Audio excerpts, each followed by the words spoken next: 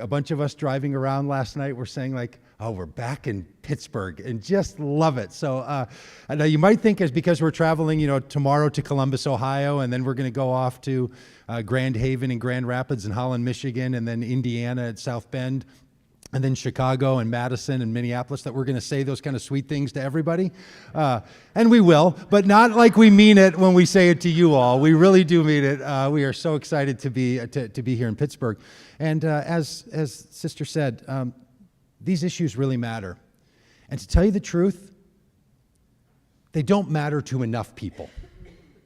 And part of our work, part of what we've decided to do with our organization, what people are doing and donating their time, is we just want to help more people care. Sometimes people don't care because they know and they choose not to care. And sometimes people don't care because they don't know. And so we want to help people know. So we did all that we could to draw attention to what's happening at the border. We feel like it's a part of the conversation of our immigration practices in the country, is our border practices.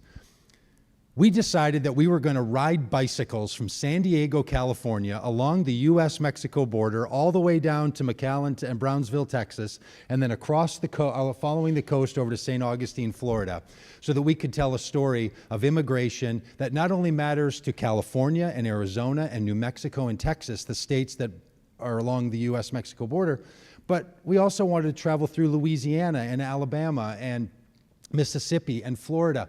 And we wanted to tell the stories to the rest of the country, because immigration and our border practices, they're not only issues that matter to the people who live on the border, they're American issues. They're issues for us as a country. For those of us who hold faith, they're also important issues for our faith.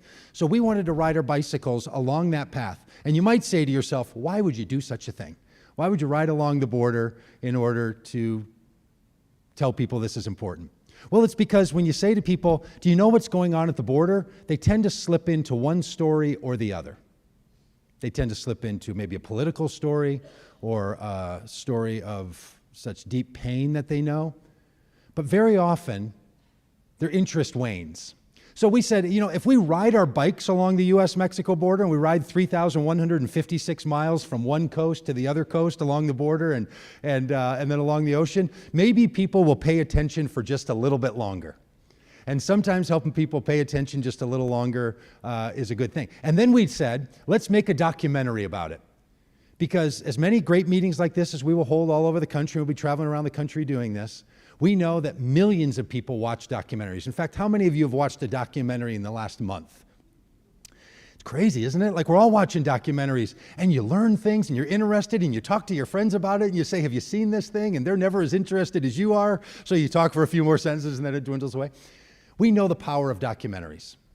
And so we wanted to make a documentary about what we saw. So you'll see Clayton here and Kim. They're part of the documentary film crew that are with us. We're still making the documentary. So here's the fun part. We're going to show you some pieces of the documentary. You're going to meet in person people that we met along the border. Adora Rodriguez, Mark Adams are with us today. As we travel along, more people are joining us.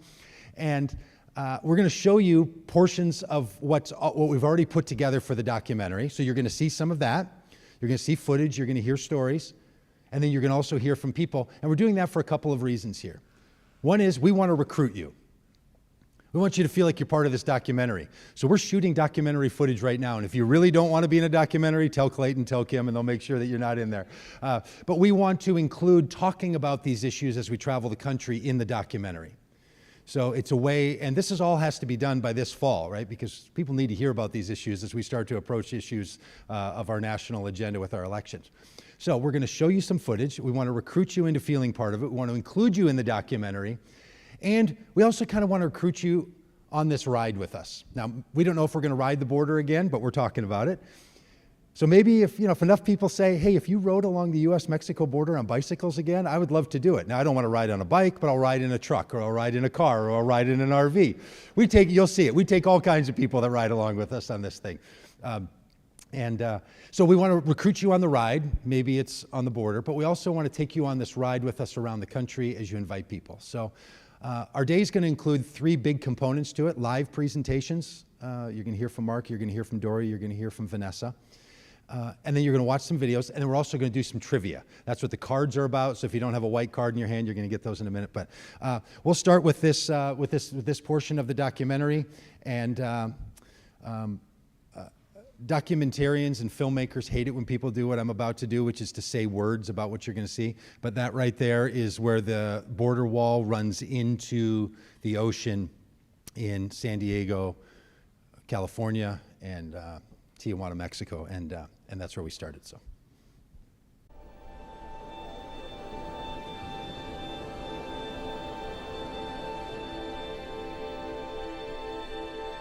Well, I'd like to introduce you now to our preacher today, Doug Padgett.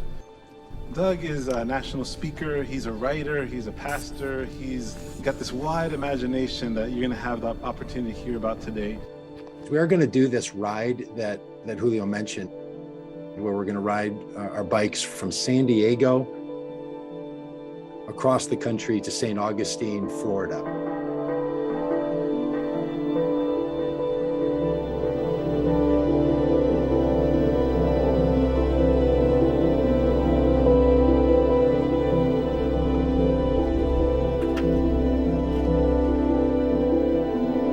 So we're going to do that along and as near to the U.S.-Mexico border as we can to bear witness to the experience of people. It's going to take us 67 days to do this.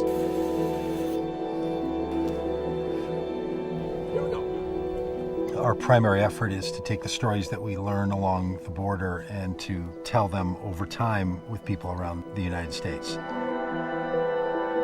Especially in places that we think the political opinion about the border could really have impact on who we are as a country and who represents us.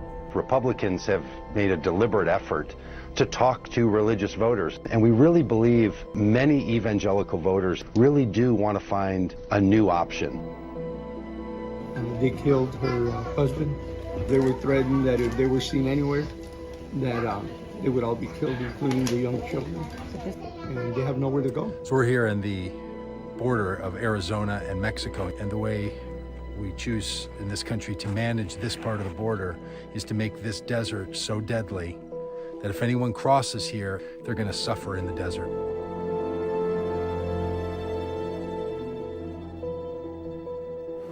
Todos son muertos. Todos. Sí. We're 400 feet to a water tank and 800 feet to the road.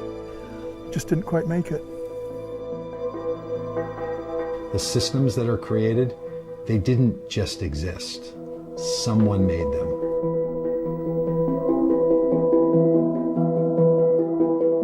And if we made them, we can change them. All right, so I will say it's a little emotional for some of us to watch this. Kevin Clayton, I don't know if you're feeling that. We're just starting these cuts and these edits. We've never shown them to anyone. You're some of the first people to see them, especially in person. So this is a journey we're going to be on. We're going to show you some other segments as we go. I also mentioned to you that we're going to do, just a couple little clips of the kind of things that we saw. These are some of the people that rode with us. I got to tell you, almost no one who went on this ride was like an elite biker. I had to buy a bike for the ride. We're not like super bikers. We didn't do this because we were into biking. We rode because we wanted to be close. We wanted to feel, we wanted to smell, we wanted to feel the same dependence on the air and the ground and the heat and the sun and the sand as the people that are experiencing their own movement across those places. So we tried to get ourselves close. So it's just regular people, so many checkpoints, mobile checkpoints. You're going to hear from Mark in a minute. So many experiences on and near that wall. We traveled with an RV and a truck and camped out and did these kinds of things. And so I did mention that we're going to do some trivia. All right, so here's one of our first trivia questions. Here's where your cards come in handy. You're going to take that white card, and if you'd like to make a guess on the trivia question, you're going to write your answer down on your card. And then if you get it right, you're going to hold your card up and wave it around, and all the people around the room will look at you. So here we go. Here's trivia question number 1. What % of Americans say that immigrants strengthen the country because of their hard work and talents, as opposed to being a burden on the country by taking jobs, housing, and healthcare? So what percentage of Americans say that immigrants strengthen our country? 24%, 48%, 66%, or 82%? So make your guess. Write it down on your little card there. You already do that, all of you? You got it down? All right. Show it to somebody so you don't, they don't let you cheat.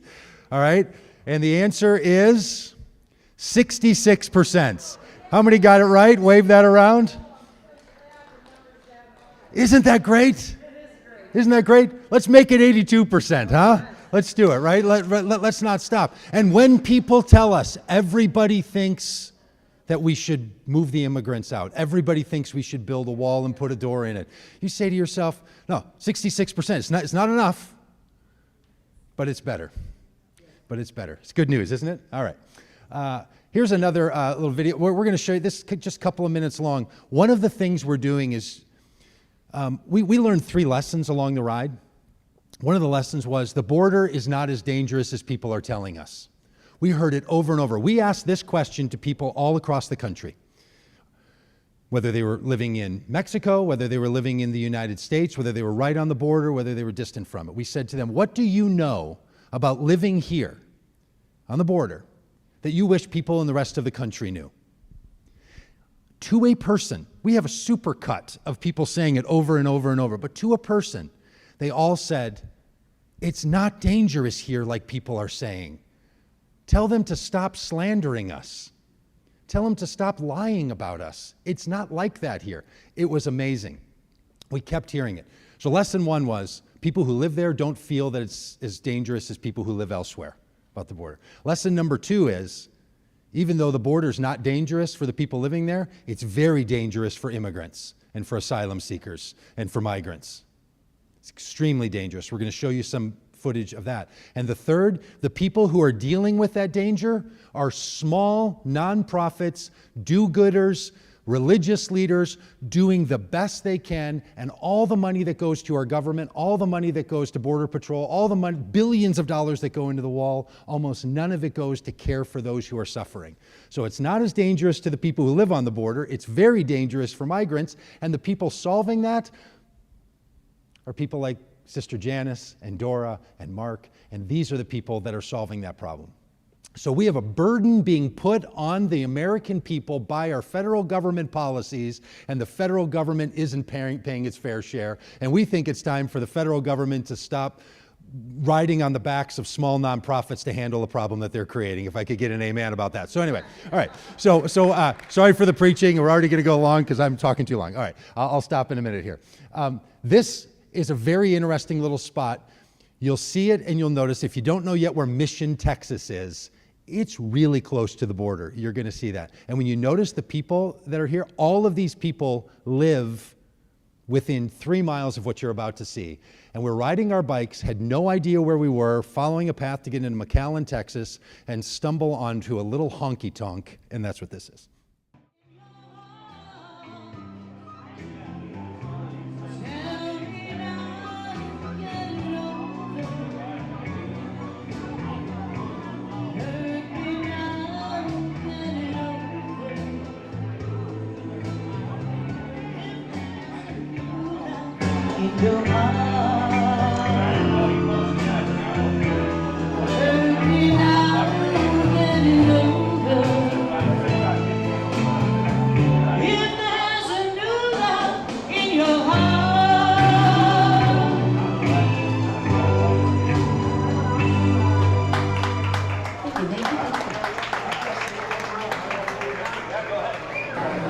You're riding bike? Bicycles, yeah, that's our bikes up there. Oh, wow. I think this is the border, guys. Right? Yeah. We are legally crossed it right now. We started riding in San Diego. Oh, wow, okay. We're going into Reynosa, Mexico tomorrow, and You're going into Reynosa, yeah, huh? we work with people that do humanitarian work with migrants and asylum so you've seekers. got people with you. Yeah. Because Reynosa's not a really good place. Now you can go in Progresso, you don't need anybody with you. But if you're going to go to Reynosa, you need people with you. Yeah, we work. I'm originally from Minnesota, but Are I you? just let them know those people moved there as over a there are kid? Minnesotans. These two sitting Yeah, at the table? they just bought the valley. They're from northern Minnesota.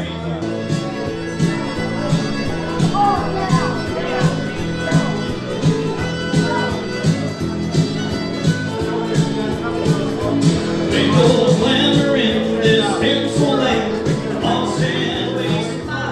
was just thinking about it when you came over.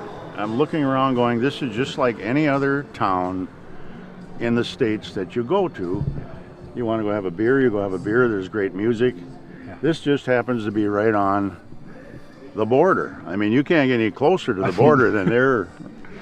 And it's no different. I mean, yeah, there are issues. Yeah. But I think for the most part, people just carry on, you know. Yeah. So many people in Minnesota would be afraid to come to the border. Absolutely. Maybe you've heard it too. Have you heard people tell you that you should be afraid to come Are here? you really going down the mission? Well, yeah. We've enjoyed it so far. Matter of fact, in 10 days, we bought a house here. So we're going to be here 7 months, and in northern Minnesota, 5 months. And all this stuff about worry about the border, all the stuff you hear, that didn't cause you to wait? No. Like you decided to do it now? No, yeah, time was right for us to sell. I'm heartbroken every time. I mean, the river has been the life force of the Rio Grande, and it's been shared by both sides, and you negotiate the border. Then a wall comes up, and it just says something else. What do you think? There's got to be a better way. I don't know what it is, I guess, or I may be gone before that's found. Isn't that sad? Yeah.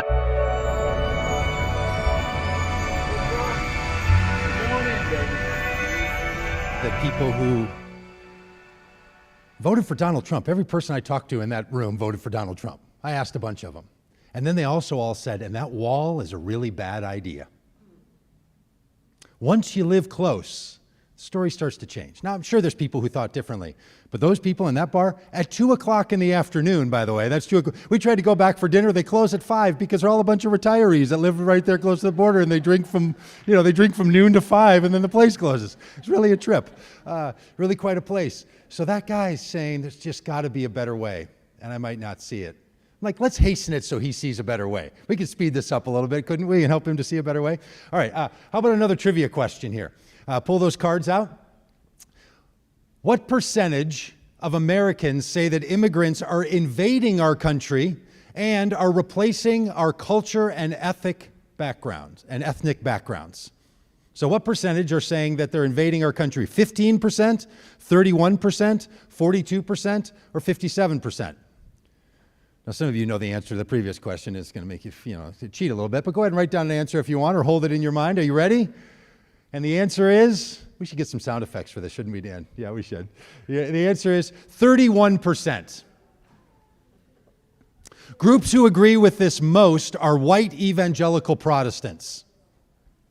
I am an evangelical pastor from Minnesota, and I'm white. I don't know if that's obvious to you, but I am white, and I'm an evangelical pastor. We're going to do something about that number. Because that big number of 31% is made up of a lot of groups, and one of those are evangelicals. 57% Republicans, non-educated or non-college educated people, 44%, and ages 65 and over are 41%. Those who live in the southern border states are less likely to agree with this. Those who live closer disagree. Those who live further away are told a different story. We need to tell a different story. So that's what we're doing, and we're glad that you're a part of it. You're going to meet Dora Rodriguez here in a minute. She's going to stand right here, and she's going to talk to you, and your life is going to be changed for the better. I have become a huge admirer of Dora. We met her on the ride. We met her, and she told us her own story. She likely will share some of that with you. And then the documentary film crew went and saw the work that she does. So we're going to show a bit of what the work that she does. It'll be included in the documentary, and then you're going to have a chance to hear from Dora.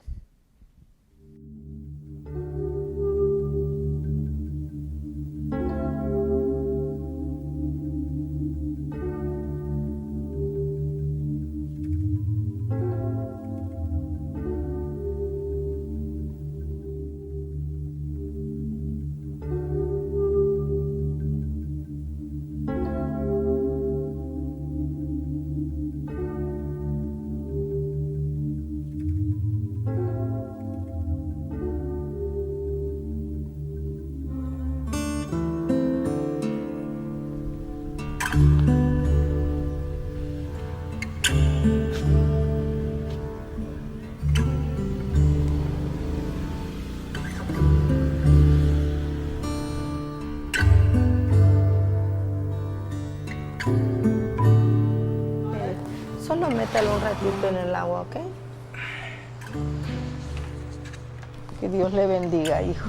Por lo menos vino aquí para que nosotros le demos una manita, oye.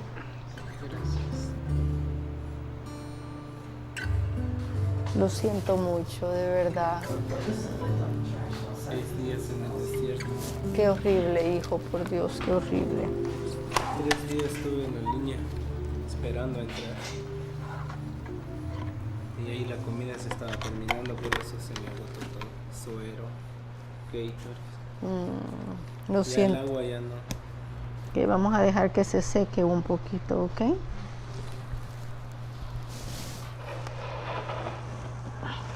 Ay, perdón. No, es que mis rodillas.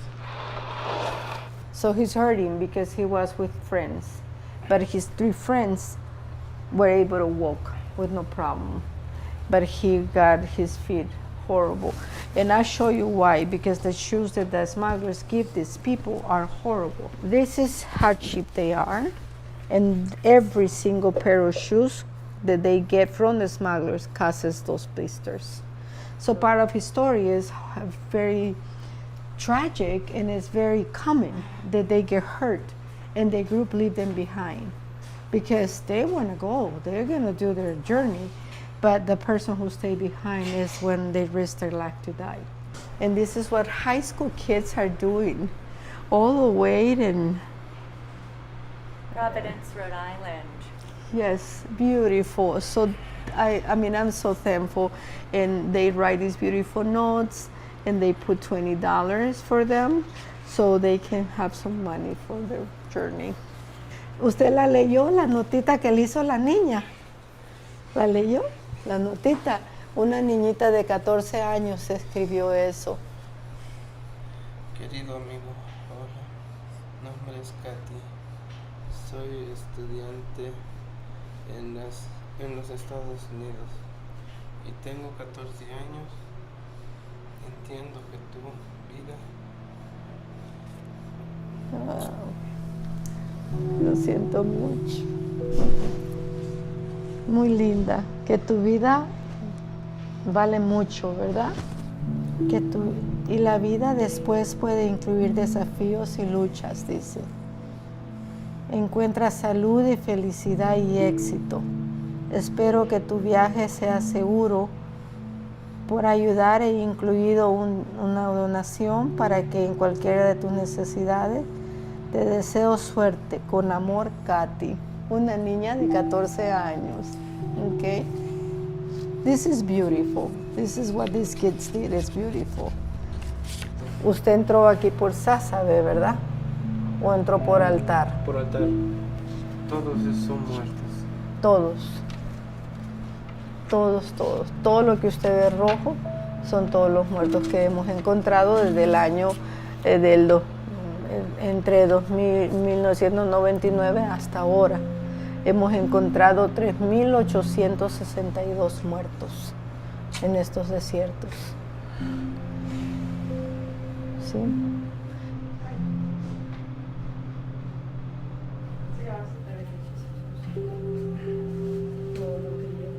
Okay, gracias. Dios me lo bendiga, hermano. Igual. Guatemala. Guatemala. Guatemala. Él es mi hijo.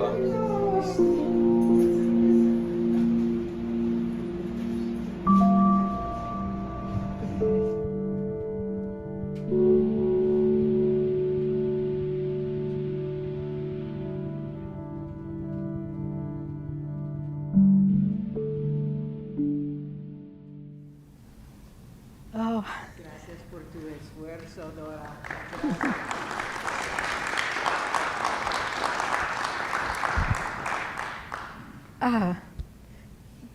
Thank you so much. It's the first time I see this, and it's very emotional. Thank you so much. My name is Dora Rodriguez, and I also went through that journey 42 years ago. I was telling Sister Janice I came very young, and time goes fast. I was only 19 when I fled the civil war from my country in El Salvador. But before I go on to the story, I would like to take a minute, I would like you to join me for a minute of silence to honor our brothers and sisters who had died in the deserts, in the rivers, the mountains, trying to flee their country for a better life, and to honor the ones that are trying to cross, and to honor the people that now is dying in Ukraine, fighting for their country. And so please, let's take a minute to reflect.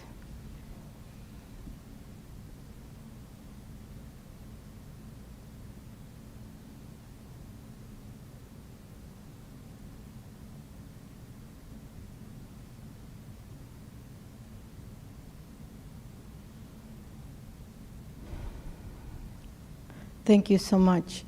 You know, my story is the one of so many, too many. And I have been given the opportunity to be in this country and have my life and raise my 5 kids and go to school and become a social worker. And that's what I wanted to do in my country when I left at 19. Because if I would have stayed, I would have been a target for the death squads in El Salvador. Because I was young, and I was always a fighter. I think I was born that. But the funny thing is I was born in the Independence Day in El Salvador. So my mother said I was born screaming, which is okay. But I knew that if I would have stayed in my country, I wouldn't be here. So to make my story very short, is we crossed in the hot desert of 1980 in the area of Sonora, which is in Sonoita, close to the Oregon Pipe, a national park that is the most beautiful, beautiful scenario of the desert in Arizona. But it's the most dangerous if you don't know where you're going. And if you're not prepared to cross that desert, if you don't have water in the middle of July when the temperature reaches 117 degrees. So I was with a group of 26 Salvadorians, and in that group, it was 3 sisters, beautiful girls, full of life, wanted to meet with her mother in California, who the mother was saving money to reunite with them. So she trusts the smugglers to bring their girls, her girls. So there was 3 sisters, 12, 14, and 16. Then we also had pregnant women with us in our journey. So one night we got to the border. That's smugglers from El Salvador hired smugglers from the local area who said they knew the area. At that time, I was only 19, so I was also an adventurous, right? I wanted to know what the new world was. So they crossed us the night of June 30th of 1980. By July 6th, we were found because the smugglers left us behind. We ran out of water in the first night. 13 people died, and 13 of us survived. And the group that died was the sisters and the pregnant women. So I carry the story with me because it's a story of tragedy, but it's a story also of faith and bravery and strength, because each one of us came fleeing a war and knew that we're staying in our country, we probably wouldn't be alive also. But my mission is my story. And that's why I, every single day, try to be present and be there for these people, for my brother that you saw from Guatemala. And in when the last person who was at the White House started calling us names, see, my story was treasured in my heart. And for some reason, I have been involved in sanctuary, in groups helping our migrants and our brothers, but I never told my story because it was our story. But when that happened in 2019, I said, I have to talk. I have to say what I know. I have to say who I am, who we really are. And we are no rapists. We are no killers. Thank you. So I start speaking out. And I tell you, I am so thankful for that moment that I said, this is my time. You want to hear about Dora? You will hear about Dora. And I've been going every single place I give this space to say who we are. A woman who came here as a 19, went to school, learned English, just still learning English. My kids tease me with my accent. I say, hey, this is who I am. And you have to embrace it and love it. So to make, I don't know how long I have, but I want to share real quick how Casa Esperanza came alive. So in 2020, I visited the town of Sassafras, Sonora, which is an hour and a half west, Mark, from Tucson, Arizona. And we went to I was invited to participate in a vigil for the border wall that has been built. And they destroyed the mountains, and that we have the Tohono O'odham Nation in that area too, which has been hurt by this. So we went to do the vigil in the morning, and then someone said, Dora, you have to go visit the town of Sassafras, Sonora. And I went. And oh my gosh, we went, and talking about crisis, right? We hear all these political people saying we have a crisis at our border. I'll tell you, the crisis is in Mexico, not in the United States. So when I crossed, all I witnessed was buses and buses load up of people being deported back to Mexico. But we're talking about people from Central America, from El Salvador, Guatemala, indigenous from Guatemala, from Mexico also, Honduras. And I thought, what's going on? So one of the government office, the director of the government office that helps migrants, Grupos Beta is the name, he approached me, and I was surrounded with a lot of wonderful white people. I was the only brown, so he approached me. And they said, why they haven't talked to us? We come here all the time. I said, because I look like him. He says, who are you? What you guys are doing in here? And I said, well, we're just delivering donations in the street because we had shoes, but we didn't know what happened. We just always have donation with us wherever we go. And he said, well, can you come to my office? And I thought, oh my gosh, we're in trouble in Mexico. But he said, no, we need help. And he said, there's 150 people who have been deported in our town, which is 250 people in that town, the local people. It's only a town that is nothing in there. It has no hospital. It has no shelters. It has no public transportation. So I told him, so where are these people going? He said, nowhere. And you have to think that the nearest town that has a shelter is about 45 minutes drive. But those 45 minutes are very, very, very dangerous because they're owned by the cartels. They are owned by the organized crime. So if you don't belong in that area, they know who you are. And if our people was deported in that area, but they paid another group in another area, they have to pay to go across. So their life is extremely dangerous. So we said, okay, what do you need? He said, well, I need water, at least a bottle of water. September was still very, very hot in Arizona. A bottle of water and whatever we can give. Most of our people that come to our area have been lost in the desert for at least 7 days with nothing.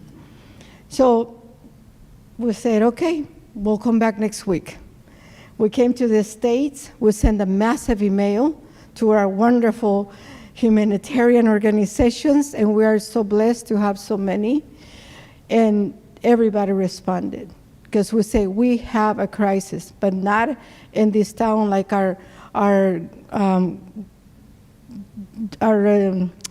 mayor, no, not the mayor, but ¿cómo se dice? El otro, el alcalde. Governor? El governor, yes. Have a senior moment for a minute. The governor from Arizona keep asking for the National Guard. And I said, what are you going to do with the National Guard? Are they going to come and play games on their phones? Because there's nothing else to do. It's just ridiculous. So I said, well, maybe you have the wrong town. You might want to send them in Texas or something. But Arizona, we have no crisis in our borders and this side in Arizona. So the crisis is in Mexico. Our people is suffering. Our people is going to nowhere. Our people spending the night in the streets, in the porch, in the plaza, trying to figure out how to get to the next town. They come and they don't even know where are displaced, where are sent back. I don't know, but if many of you know about Title 42, it's criminal, it's against the law, and it served the purpose of really deteriorating our migrants. Because what happened is with Title 42 is the immediate expulsion of our people that is apprehended. So they're sending in massive numbers back to our border towns. And at that time, they were deporting people 2 in the morning, 3 in the morning, 5 in the morning, women with children. So that robs them for the dual process right. At that moment, they chose their mouths to silence. And that's what I told my brothers and sisters. I hope I do justice to what you're seeking, because it is a big responsibility to be in front of you and say, this is what's going on in our borders. So Casa Esperanza started that September 17 of 2020 in the streets. And we were delivering for months in the streets donations. We were writing, I say we because I don't do this alone. It was 5 women power, that we would go every week to Costco. They got rich with us. And buy 700 bottles of water, 700 sandwiches, 700 fruit cups and bars, and make these little bags that we deliver every week to give to our people that was returned to Sasavit. And then the month of March of 2021, we figured out, oh my goodness, we need something. We need to create a sanctuary, a respite place for our people. We need to have a place where we can cure those feet, where they can have somebody that can ask them, are you okay? Because our border patrols, their job is very short. They apprehend, they take belts, they take shoelaces, they take their clothes. They're just allowed to wear 1 layer of clothing, even if it's extremely cold. And that's their job, and send them back, put them in bus. So in March 2020, we gathered with the community in Sasavit, Sonora, which they were very cautious with us, because you have to think this little small town is dominated by organized crime. So people doesn't really get involved in situations with migrants because it's their merchandise. So you don't touch that. It's horrible.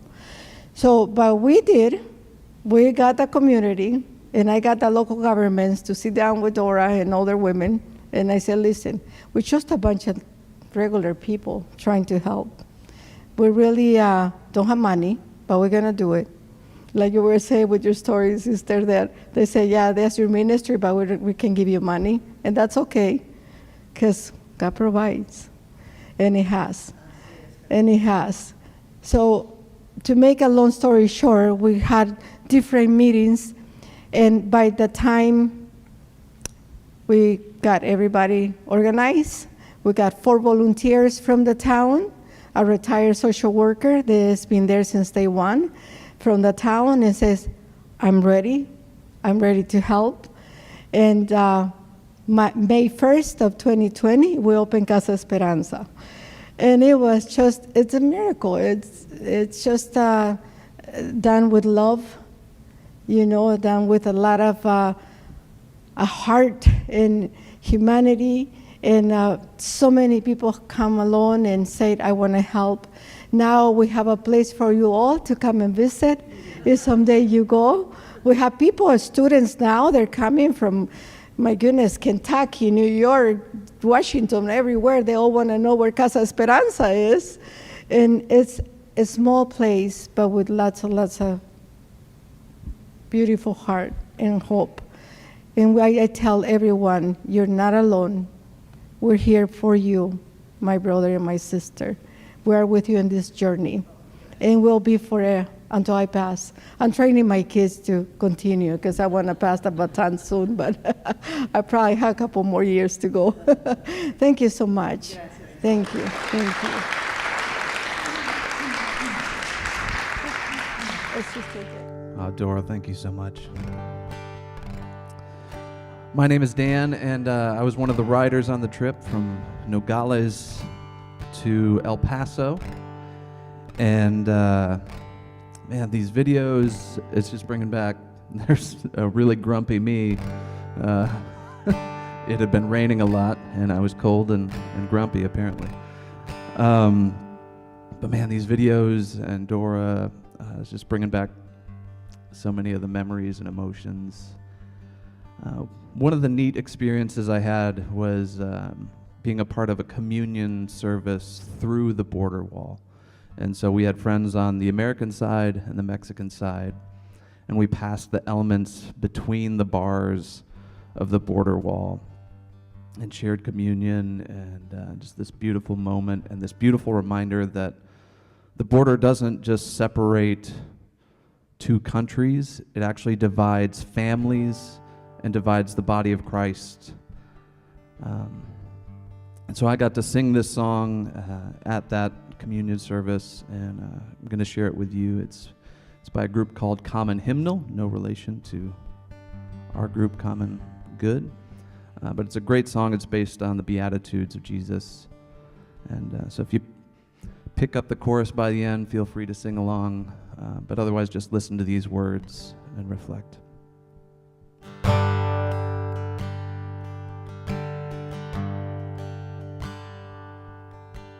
Blessed are the ones who do not bury all the broken pieces of their heart. And blessed are the tears of all the weary, pouring like a sky of falling stars. Blessed are the wounded ones in mourning, brave enough to show the Lord their scars. Blessed are the hurts that are not hidden, open to the healing touch of God. The kingdom is yours. Kingdom is yours. Hold on a little more. This is not the end. Hope is in the Lord. Keep your eyes on Him. Blessed are the ones who walk in kindness, even in the face of great abuse. And blessed are the deeds that go unnoticed, serving with unguarded gratitude. And blessed are the ones who fight for justice, longing for the coming day of peace. And Blessed is the soul that thirsts for righteousness, welcoming the last, the lost, the least. The kingdom is yours. The kingdom is yours. Hold on a little more. This is not the end. Hope is in the Lord. Keep your eyes on Him.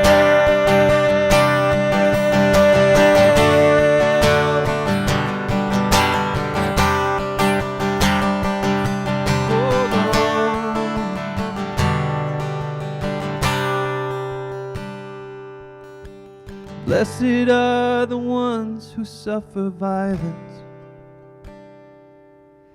who still have strength to love their enemies. And blessed is the faith of those who persevere. Though they fall, they'll never know defeat. Although they fall, they'll never know defeat. The kingdom is yours. The kingdom is yours. Hold on a little more. This is not the end. Our hope is in the Lord. Keep your eyes on Him. Hold on a little more. This is not the end. Hope is in the Lord. Keep your eyes on Him.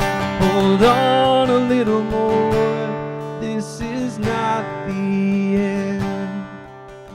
Hope is in the Lord. Keep your eyes on Him.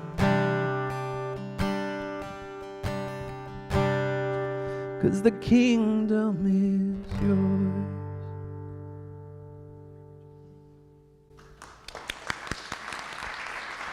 Thank you.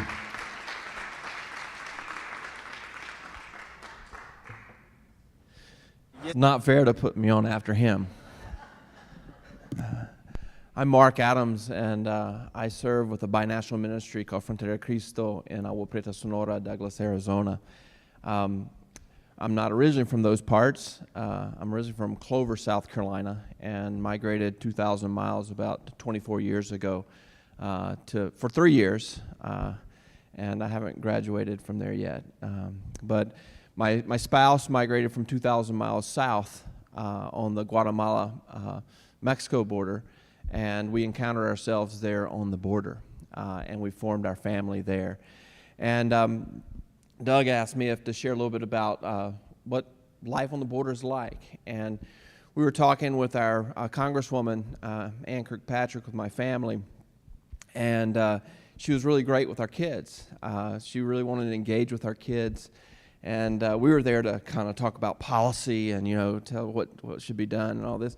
But she really wanted to talk to the kids. And she asked my son, Nathan, who was 11 at the time, she says, so was it like living on the border? And he looked at her and he says, it's home. It's normal. Unless you're someone migrating. And he started talking about the folks who had come to seek asylum and were living in tents, waiting to be able to be petitioned for asylum. Now that's closed to folks. They can't even be petitioned for asylum. My spouse, who had migrated 2,000 miles from the south of Mexico, one time we were speaking to a group of folks in a church, and they asked us the question. She was standing right here. I'm standing there, and they asked, so what is it easy to cross the border? And we looked at each other, and I said, honey, why don't you take this? And she responded exactly like I would have responded. She goes, it depends. It depends if you're him or me. And then she could have said, and it also depends if you're me or her. Because she had status to come into the United States. She had different skin tones. She had different facial features, and it made a difference. But she also had citizenship, which makes a difference. One of the first experiences I remember when we had gotten married, I took her brother out. We went out for a picnic out west of Agua Prieta, and it was a sunset, and my daughter, who had adopted, was there, and it was just gorgeous. And there was the fence there, you know, the steel barrier that divided our nations, but the sun just set over creation. And it made that steel barrier seem small. And as we were out there, we're eating our picnic, and all these jackrabbits started just going crazy. I don't know what it's about sunset, but they were just going crazy. And they would go north, and they'd go through the little fence, and they'd come back, and they'd go north. And my nephew said, why can the jackrabbits cross and I can't? That stuck with me. People say, well, if folks would just come legally. Well, we have made a system that they can't come legally.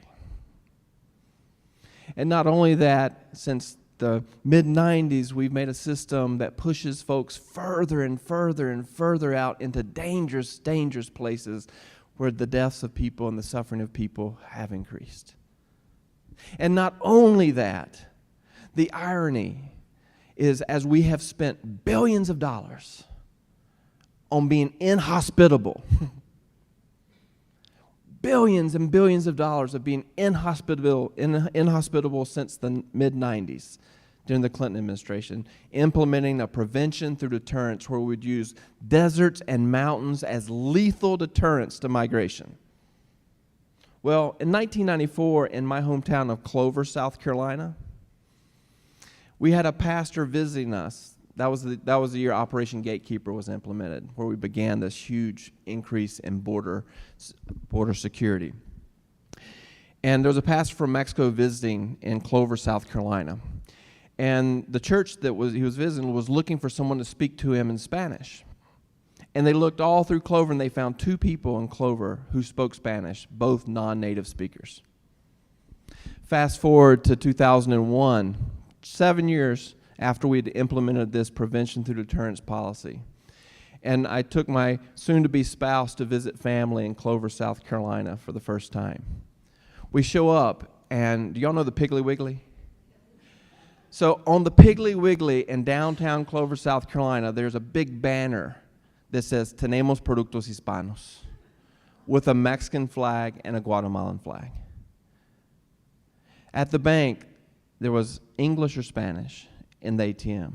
The Baptist church had signs saying English classes. In 1994, before we did this prevention through deterrence, there was no Spanish-speaking folks, native Spanish-speaking folks, and now no. That's a sign of the strength of people to go through tremendous odds to be able to get to somewhere that they can help provide for their families. You know, the folks who are coming across risking their lives are folks who make our country stronger. How many of us would do that? And the other sad piece is that as we have increased our border security, the amount of organized crime has increased on both sides of the border. One of my best friends in Douglas is a Border Patrol agent. He's just retired in October. And I remember early on when we were there, he said to me, I was visiting, and he came home, he said, I think that the guy next door to me is a coyote, a smuggler. So why do you think that? And he said, because every time I come home, he looks at me angrily, and he doesn't like me. And I just kind of flippantly said, well, then he's not a coyote, because you're the coyote's best friend. No, I'm not. I'm out to get the coyote. And I said, Rob, the coyote exists because you exist.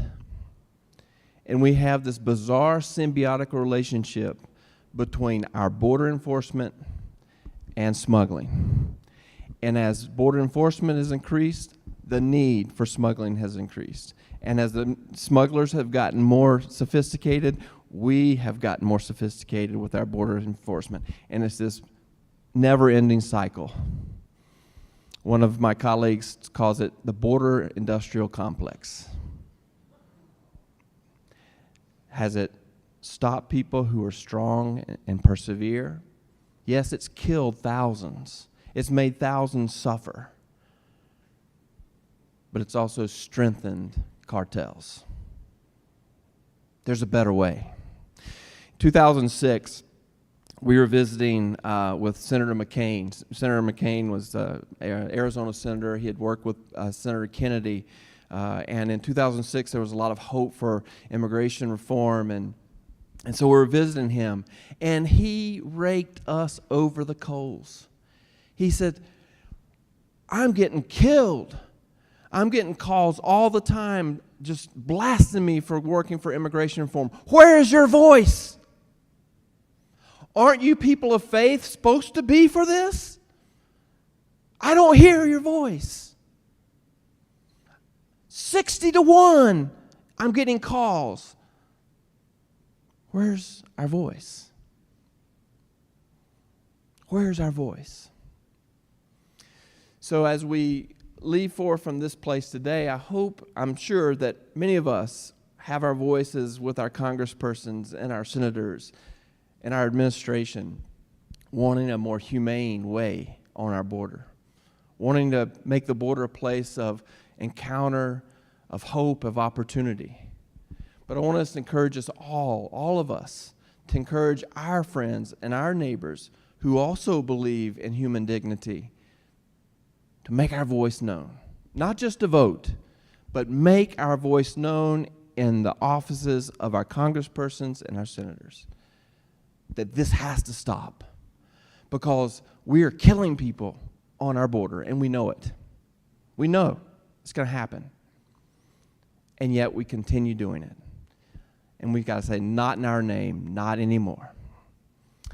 Bless you for all the work that you do here, for the inspiration that you provide to your communities, to your churches. And as Dora said, Nuestra casa su casa.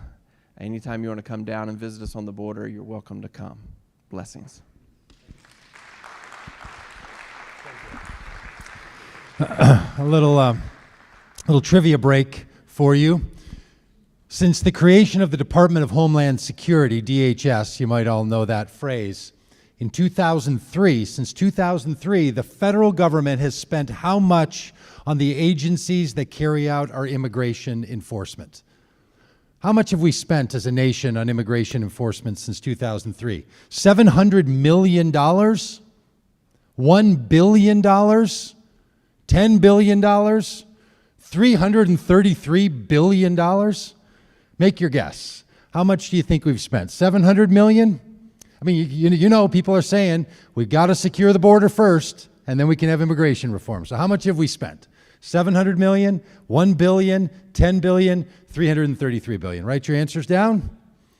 And the answer is 300, one hand, one card up in there, 2 cards, 3 cards, 4 cards. Thank you. I forgot to 5 cards up in there. You knew it. $333 billion.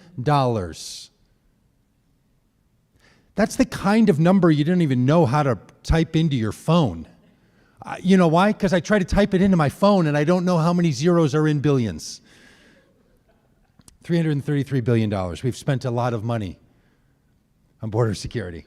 And you will have people say to you every single day, if we spend a little more, at some point we just have to tell the big spending Republicans they can't spend their way to prosperity. Thank you. That's my own political joke, and I'm glad one other person actually appreciated that humor. You heard from Mark. That's just a good one. I'm going to show you a couple of other. Well, let's do this trivia question. Hope you didn't see the answer so fast. Of all illegal immigrants who are allowed in the country each year, of all legal immigrants, what percentage can come from any one country? I didn't even know this question made sense. Here's the question. Only a certain percentage of legal immigrants can come from one country. You total up all the number of immigrants we allow in, and any country can only have what percentage of that number? 7%, 32%, 76%, or is there no limit? What number of new legal immigrant visas can come from any one country of the total amount? What's your answer, or hold it in your brain? And the answer is 7%. Roughly 47,000 new immigrant visas will be granted to any one country out of the 675,000 immigrant visas granted each year. There are 320 million people in the United States, and we grant 675,000 new immigrant visas a year. We don't have too many people coming in. We don't have enough people coming in. 47,000 can be issued to any one country. So when someone, as Mark put so eloquently, says, why don't they come legally? Because there is no legal way for them. That's what's going on. We're going to show you, sorry for yelling at you there. That is Alma Ruth. That is Maria. We're going to spend 3 minutes on their story. This is from the documentary.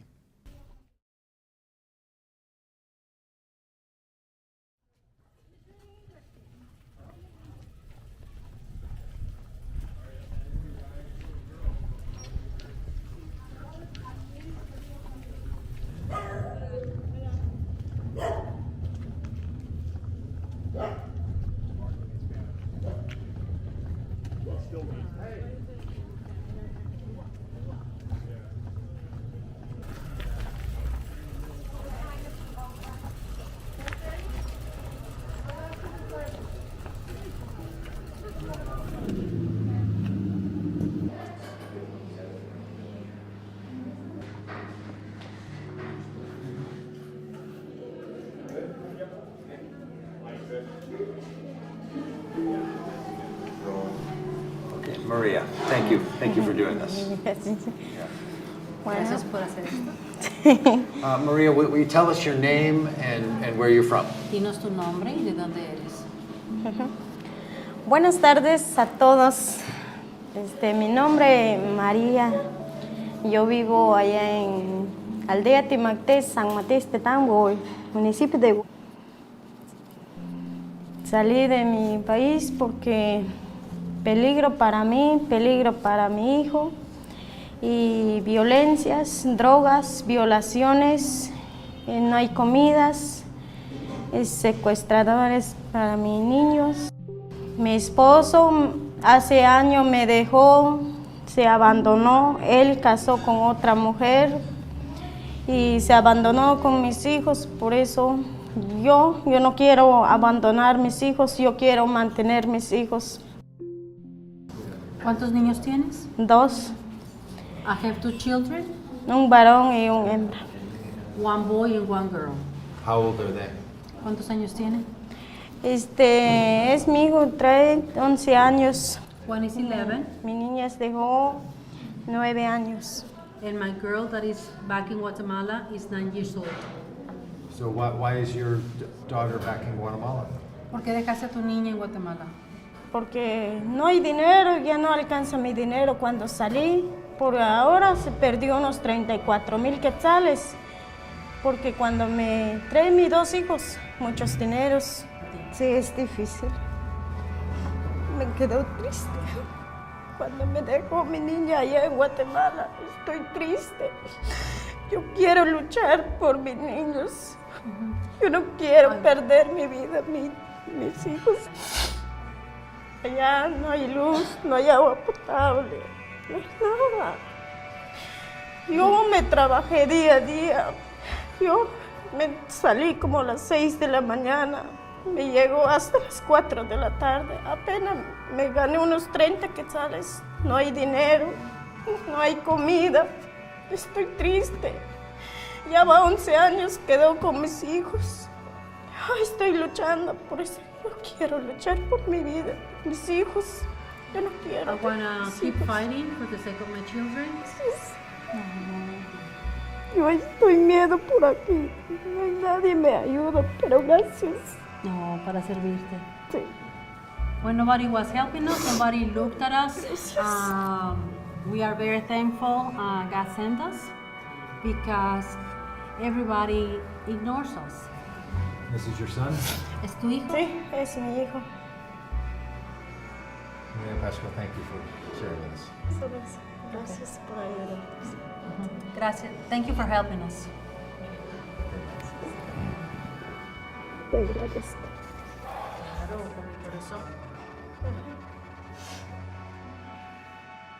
Yo abrazaba a mi niño, rápido salgan allí porque ya varias gentes vamos a cruzar, digo. Y luego salí, bajo del cima de esos, iba corriendo con mi niño porque son un peligro también, ahí llegan los más feos también.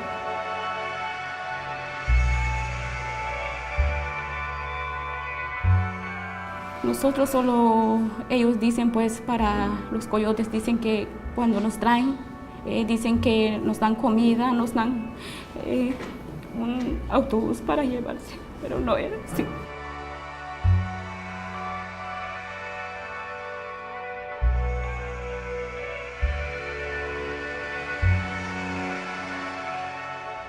To God of all breath, we ask for love and care and kindness and goodness to these sweet mothers, sons that we've met today.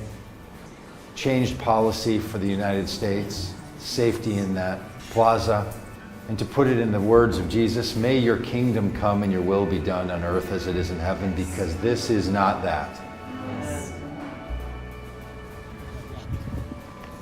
So we will say an amen, but it is a paused and broken amen, because this work is unfinished. Amen.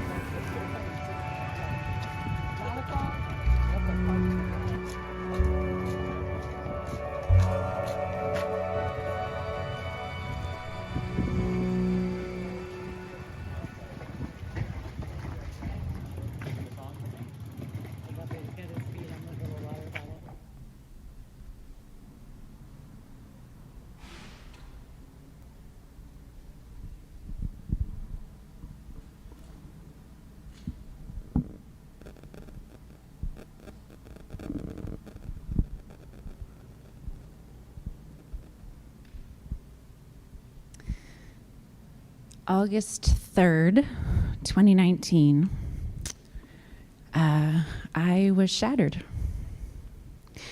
And I feel like you know what that feels like after watching that video.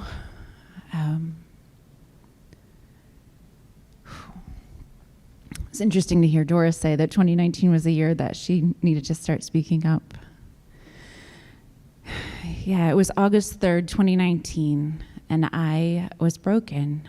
I had all my kids in my minivan. I have 4 kids. 2 are in college, one's in high school, and one is 7. And we had been in Walmart shopping, doing back-to-school shopping. Most basic kind of thing you can do. And I held up my phone and said, come on, everybody, let's do a selfie. Because it's hard to get college kids all in one picture. And they were all complaining, and I made them do it anyway. And when I brought the phone down, there was a notice on my phone. It was a news alert that there had been another shooting. And as the details of that shooting became more clear, we found out that it was in a Walmart, just like we had been in. And it was families who were back to school shopping, just like we were doing.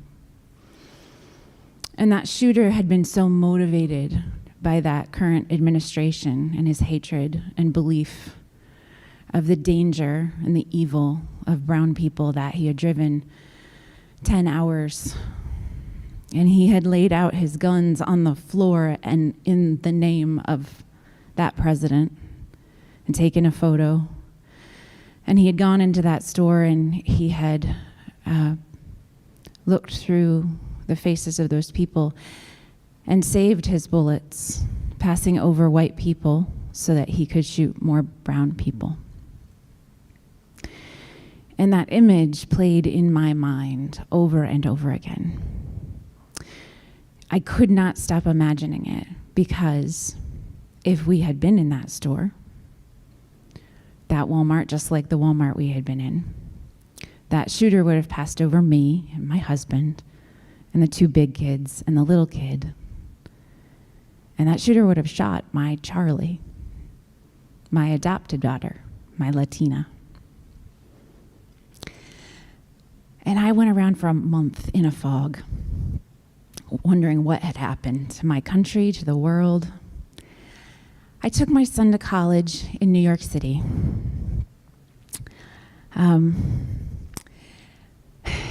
And I went to see the Statue of Liberty because I'd always wanted to see it. Because many years ago, my great-grandmother, when she was 16 years old, left her country and came through Ellis Island, my Ukrainian grandmother. And I wanted to see what she had seen. I wanted to experience what she had experienced. Well, about a month after that shooting, Vote Common Good held a border experience for faith leaders. And I got on a plane and I went to El Paso because I needed to see with my own eyes. I needed to try to make some sense of what was happening. And while we were there, we went to that Walmart and we held a vigil. And I saw that long memorial that the people there had set up, and people were still coming. It was a month later, and people were still coming. And we went and we saw that border wall, and I thought about that rusty, ugly thing that we had spent so much money on. And I thought about Lady Liberty and the deep, amazing, ridiculous contrast of those two things. And then we went to a congressional hearing, and we heard from their leaders there, their congresswoman and the people that live there in El Paso. And I learned so much. And I went back that night and I was quiet in my room, and it was in the desert. There's a quietness in the desert. I don't know if you've been there. I grew up just up the road in Meadville, Pennsylvania. You know, so I don't know. The desert is hard to describe, but it is a holy, holy place. And I laid there in the dark and I wrestled with God, and I said, I'm nobody. I know I have to say something, but nobody's going to listen to me. I'm just like one lady. Nobody's going to care. My relatives in Meadville are not going to care what I say. What am I going to do? I'm not rich. I don't have some big following. What can I possibly do? Nobody's going to listen to me. And I heard God's voice, plain as day, say, "You haven't said anything yet." So I started talking. 2019, I started talking. And I started making, because I am a mosaic artist. I make things out of broken things. Our immigration system is broken. I know about broken things. So I started making. I had this idea for something to make, and I started doing it. And 2022 came around, and this guy, Doug, had this idea. He started coming up with an idea, and he said, we're going to go on this bike ride. And I'm an artist. I'm not an athlete. It's been a long time since I rode a bike. But you know what? I realized it's a way to help people see. It's kind of performance art, And so I decided to go. And I rode in Texas. Texas is really big, you guys. I rode 250 miles in Texas. And I went home and I took care of a few things, and I went back and I rode in Florida. I rode 250 miles in Florida. And I got to that ocean, and I got to dip my toes in the water and join in that celebration. But I was there because I was feeling a little broken. I don't know about y'all, but the last couple of years have been a little rough. Maybe you've lost somebody to COVID. Maybe you've lost somebody to politics. Maybe you've lost a friendship. Maybe you've lost a church. Maybe you've lost faith. maybe you feel kind of alone. I was feeling that way. And I was afraid that I was never going to have that feeling of church again. But I got to tell you, the morning after our celebration of reaching the ocean, I had this opportunity to sit at a table with Dora and Alma Ruth that you saw, and another lady, Maria, who takes water out into the desert. And we were just four women sitting at a table, telling stories, talking about where we came from, how we got there. That was church. That was church. There was something so holy about that hour that we spent together, and our hearts just knit together, just like our hearts are kind of knit together this morning. That deep, deep connection. And what I heard from those women who work in this desert, every one of them had been betrayed.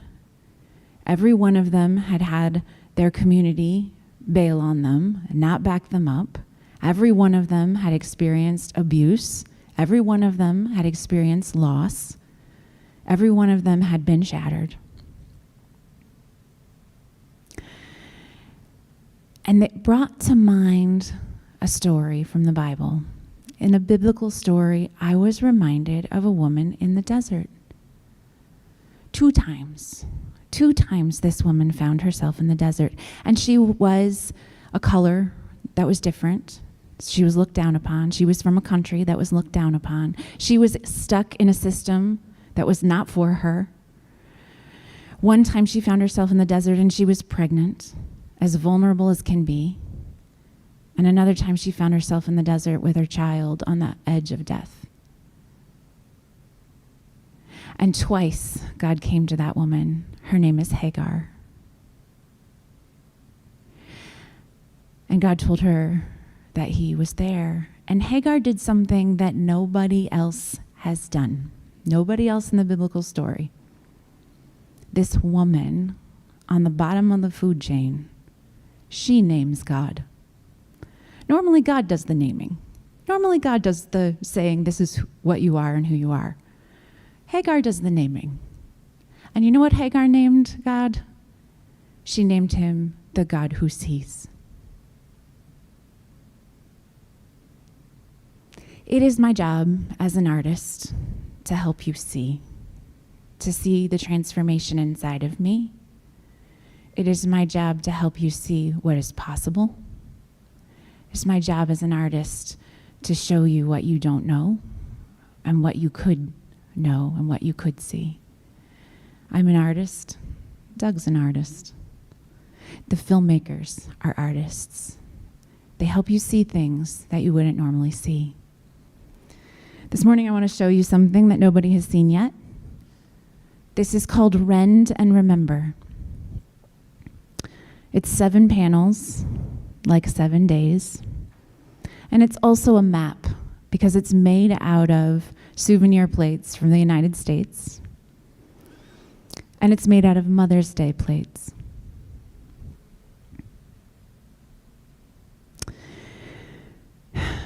This piece will be in a museum in Washington, D.C. in the fall. But you get to see it first.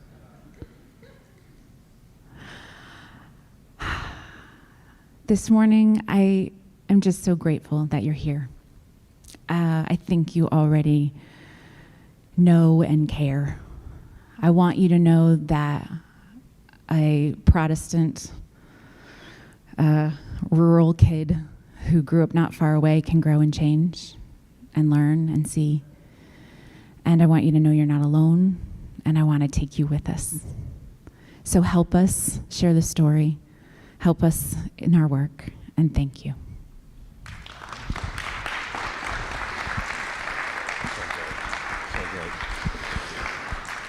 Well, friends, our time is coming to an end. We're just going to have some invitations for you, and Dan's going to bring us with a song, and then we're going to go. But I want to tell you about a few of the things we're up to and invite you into those. Some of those are in this room.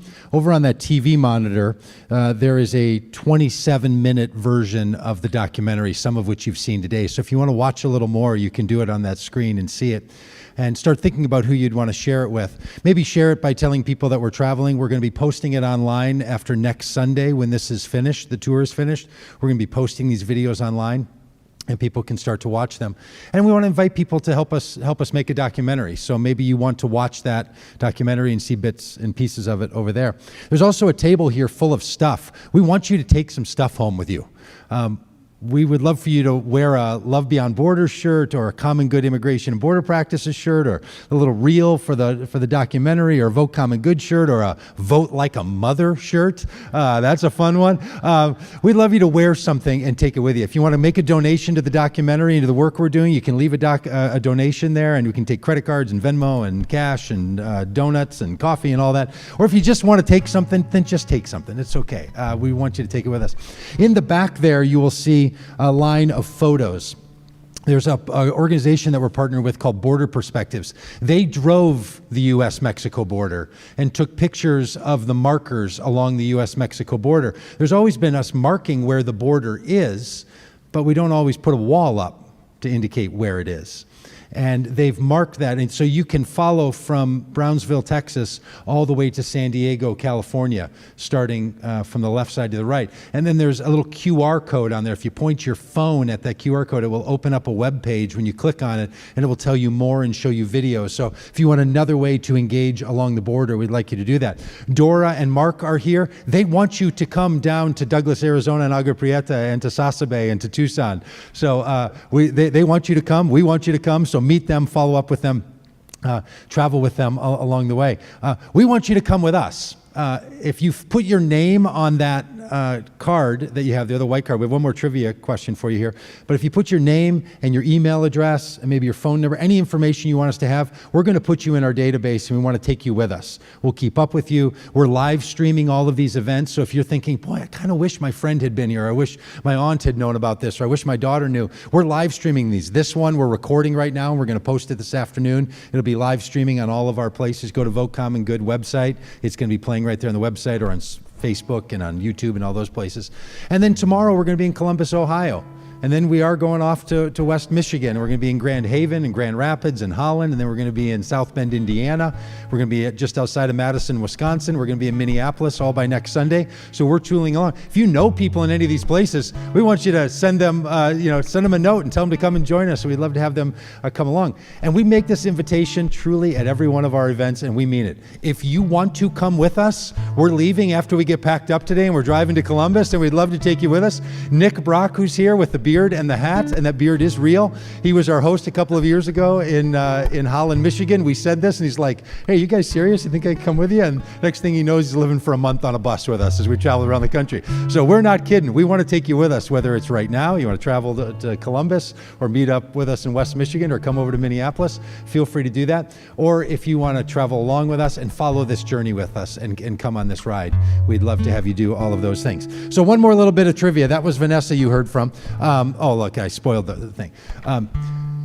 Detailed crime data from Texas show that the crime rate for undocumented immigrants is what percent compared to that of native-born Americans in Texas? What's the crime rate of undocumented immigrants in Texas compared to native-born Americans? Is it 45% lower? Is it the same? Is it 82% higher? Is it 166% higher? So go ahead and make your guess there before you put your name and email and phone number and all on it. And the answer is 45% lower. Hold that card up if you got that right. See, you know, that thing you know, other people need to know. You know, a lot of people don't know if it's the same. They might even think it's much higher. 45% lower. Sometimes there's just some basic truth telling you got to do as you travel around. So we want to do a little truth telling. We want to take you with us. We want you to share it. And then we want to know what you're up to. So here's the final invitation. If you're doing something great, I had a chance to talk to, is your name Bob? I had a chance to talk to Bob, and Bob works for Bethany Services, and they're going to be creating a foster home I hope I'm not spilling the beans here. Creating a foster home for those who are new to this country and don't have another place to be. We want to know about those stories and share those stories and tell those stories. So will you stay in touch with us and tell us what you're doing and let us share that story and invite other people to know what you're up to, whether it's a big thing or a little thing. It's all these little stories that come together into as broken pieces that come together into that mosaic. So we're so glad that you're with us today. Thanks for experimenting with us. This is our first one. We've never set all this stuff up yet. This is our first thing. We just got in here last night, so we're doing the best we can and figuring it out. We have a minute for a couple of questions if you have it, and then we're going to have a song and we're going to go. Yes? When is the bike ride? Well, we don't have another bike ride scheduled. We did our last bike ride. We started on September 6th and finished on November 14th. It took us 66 days to travel across the country. We are itching, maybe just the two of us, are itching to do it again. People keep asking, oh, are you doing that again? Is there any chance I could come along? Which tells us that there's something there. So we think at some point, I don't know, maybe people who live in the desert, and Dora and Mark will attest to this, every time someone who lives in Minnesota says, I don't know, should we come in the spring? Should we consider the summer? What if we do this in September? They're like, it is so hot. And it is true, it is so hot. So it probably won't be this spring or summer, but we are going to do it again in some way, whether we ride for a bit or ride for all of it. And again, you don't have to ride the whole way. I can get into details and all this stuff. But we'd love for you to know about it, and we're going to keep up on this work. Anybody else, any final questions or comments or anything you have for the good of the order? Okay, if you're able, would you stand up? This is kind of a bit of a dancer along or sing along and all that, and then it also sort of gets your blood moving. And thanks for spending 90 minutes with us. We really do appreciate it. Yeah, thanks for being with us. I hope what you heard today has broken your heart a little bit. Might make you angry, and you should be. But I hope you're inspired as well to do something about it. Dr. King said, no one is free until we're all free, and that's what this song is about. There's a world at war, caught in suffering, silent casualties. Oh God, grant us peace. In these sleepless nights, I can hardly breathe, despite brutality. I know that we'll be free. I know that we'll be free. Chorus goes like this. Let the light in, keep it shining. Let it break into the darkness. All that love does us to see. We'll all be free. If you want to join on that last all be free, every time we get to the chorus. Let the light in, keep it shining. Let it break into the darkness. All the love there's us to see. We'll all be free, yeah.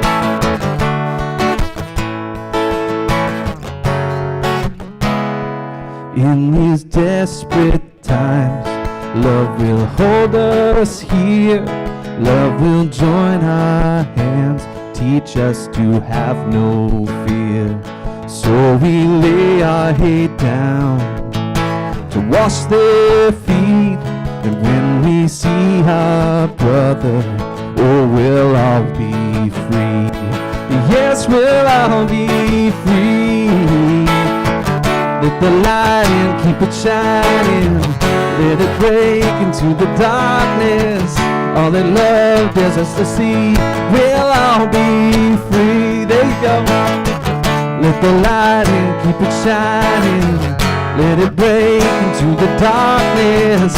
All that love dares us to see. We'll all be free. Yes, we'll all be free. We'll be free, free, free, free. We'll all be free. We'll be free, free, free, free. We'll all be free. We'll be free, free. We'll all be free. Oh, we'll be free, free. We'll all be free. Yeah. Let the light in, keep it shining.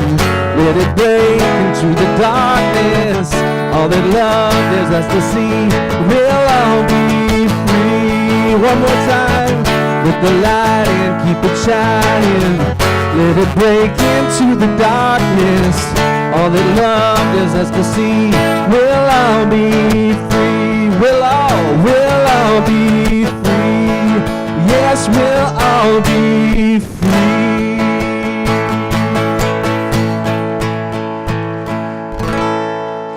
Thank you so much. Have a great day. Stick around, hang out with us.